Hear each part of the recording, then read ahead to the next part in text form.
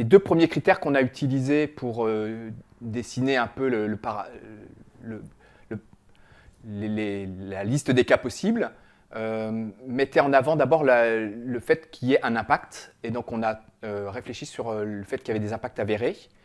Et la seconde clé de tri qu'on a retenue, c'est de s'assurer qu'on aurait des données pour illustrer et alimenter les cas qu'on avait retenus. Donc sur cette base-là, on a identifié rapidement 5 ou 6 cas. Et du coup, on s'est dit qu'on pouvait rajouter une clé supplémentaire qui était d'étendre un peu la couverture des cas couverts à travers à la fois le type d'impact.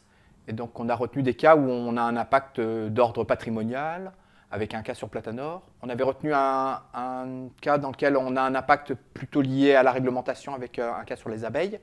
Et puis, on avait retenu un cas où on a un impact économique majeur, avec le cas des facteurs nodes.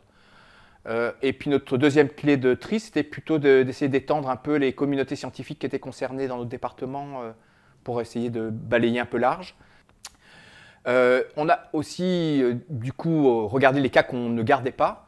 Et en fait, on a éliminé des cas pour deux raisons. La première, je pense que c'était un des cas qui était intéressant initialement, mais qui s'avérait difficile à écrire, concernait les OGM, parce qu'on savait qu'il y avait une controverse importante sur ces plantes-là, et qu'on aurait des difficultés à avoir une objectivité sur l'écriture du cas.